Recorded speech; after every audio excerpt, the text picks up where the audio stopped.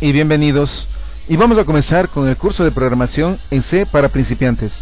Les saluda Giovanni Cobo Vargas desde Ambato, Ecuador. El C es un lenguaje estructurado, muy utilizado y reconocido mundialmente. Su gran poder de trabajo lo hace útil. Mucho del software que nosotros utilizamos está hecho en el lenguaje C, desde el mismo Windows como sistema operativo, y muchos otros utilitarios. Es por eso que tiene su gran acogida y jerarquía a nivel mundial. La principal diferencia con el lenguaje C++ es que este último permite manejar la programación orientada a objetos. Pero no se podría llegar allá sin antes conocer sus bases, y eso es justamente lo que vamos a hacer a continuación. Vamos a ver los tipos de datos que se utilizan para la identificación de las variables. Veamos el tipo, la representación y el rango o alcance que tienen. Vamos a identificar variables de tipo entera, con int. Representa obviamente los enteros y va a un rango desde menos 32.767 hasta un valor positivo de 32.767. Es decir, que si yo utilizo una variable entera, puedo utilizar valores que vayan en ese rango, desde 32.767 en negativo hasta el mismo valor en positivo. Igual tenemos el caso flotante, float, que tiene 6 dígitos de precisión. El double también permite fraccionarios o flotantes y tiene 10 dígitos de precisión. El char tiene caracteres o letras y va desde menos 127 hasta el positivo 127 en códigos ASCII. Tenemos el void, que es vacío sin valor significativo, es decir, una variable sin importancia.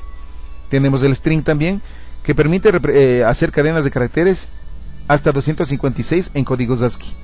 Esto lo seguiremos viendo conforme avance nuestro ciclo de estudio en los ejercicios que nos planteemos. Si vamos a identificar, por ejemplo, la variable A, B y C de tipo entera, será de esta manera. Y tendremos los ejemplos ahí, con valores exclusivamente enteros, la variable A con 16, B con 500 y C con 30. Pero también podemos especificar de tipo flotante las variables A, B y C, que tendrá valores con punto fraccionario, es decir, 7.5, 50.4, 30.23. Y también podemos especificar variables de tipo carácter. En este caso podemos ponerle cadenas de caracteres, hola, casa, tú y yo, tal como vemos en el ejemplo. Luego, vamos a tratar un poquito de las operaciones matemáticas. Observemos bien. Hemos identificado la variable A, B y S con valores de tipo entero. Y a A le hemos asignado el valor de 20.000 y a B el valor de 15.000. Si yo hiciera una sumatoria de estos dos, el resultado será 35.000, que está excediendo al valor límite de la variable de tipo entera, que era de 32.767. ¿Qué pasa en ese momento? Me sale un error. ¿Por qué? Porque está excediendo el valor límite de la variable entera. Para eso nosotros tenemos los modificadores disponibles, a excepción de void, que era un valor sin significancia. Ahora, tenemos el tipo unsigned int, que va desde 0 hasta 65.535. Es decir, yo podría utilizar este identificador para ponerle las variables A, B y S. Pero tenemos otros. Pongámosle como ejemplo el signed int, el short int, el unsigned short int, y veamos la representación de cada uno de ellos. Tenemos el long int, que va desde un valor negativo de esa cantidad hasta ese valor positivo también. También puedo utilizar entonces para el ejemplo long int.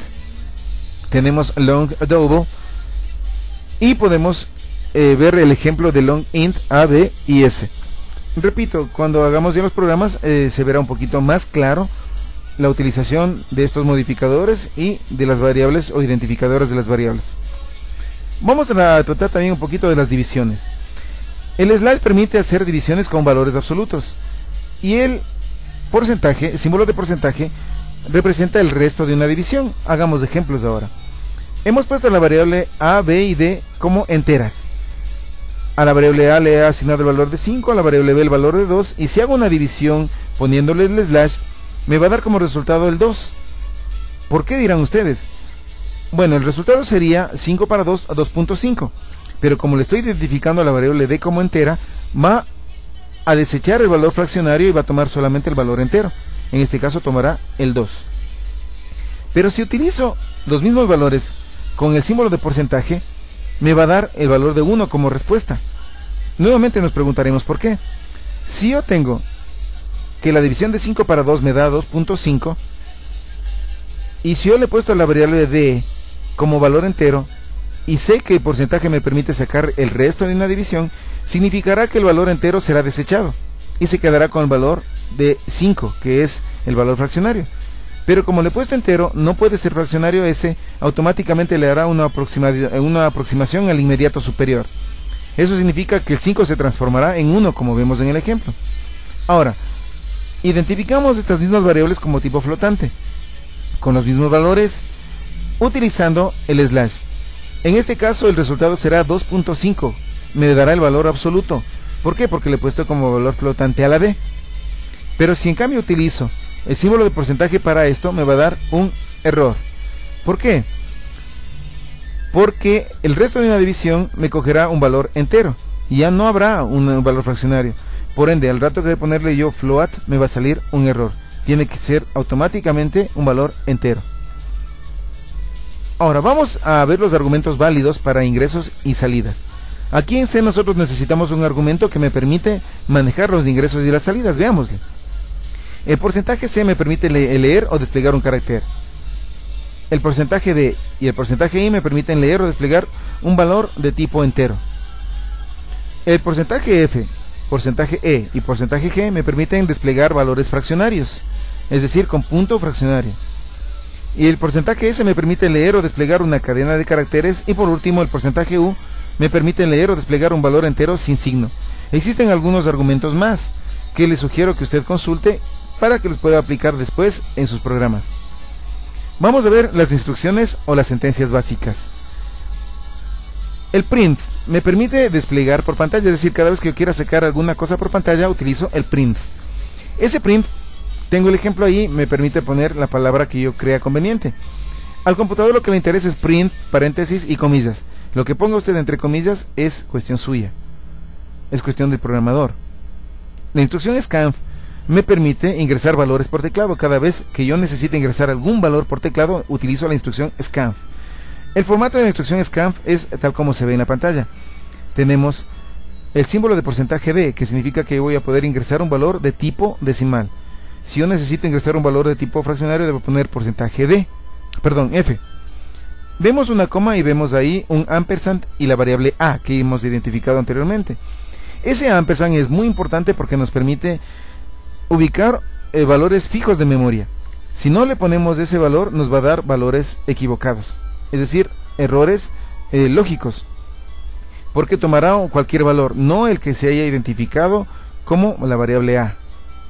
Después tenemos el goToXY, que significa ir a una posición en X y una posición en Y. X sería columnas y Y sería filas, tal como vemos entre paréntesis, igual que un plano cartesiano. Entonces, goToXY, si vemos el ejemplo, 30,5 significará ubicarse en la columna 30, fila 5. Recordemos que el computador tiene 80 columnas y 25 filas.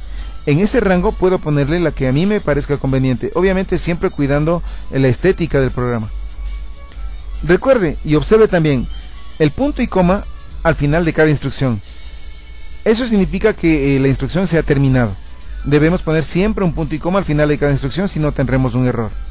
Y recuerde algo muy importante, la programación en C es en minúsculas.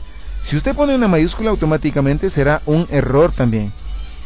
Y recuerde que la variable A mayúscula no es lo mismo que la variable A minúscula. Para el lenguaje C las dos son completamente diferentes, igual como el ejemplo que vemos acá abajo.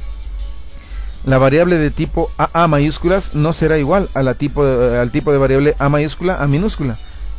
Entonces cada una de ellas será una variable completamente diferente. Ahora apliquemos ya en nuestro programa para hacer la suma de dos números.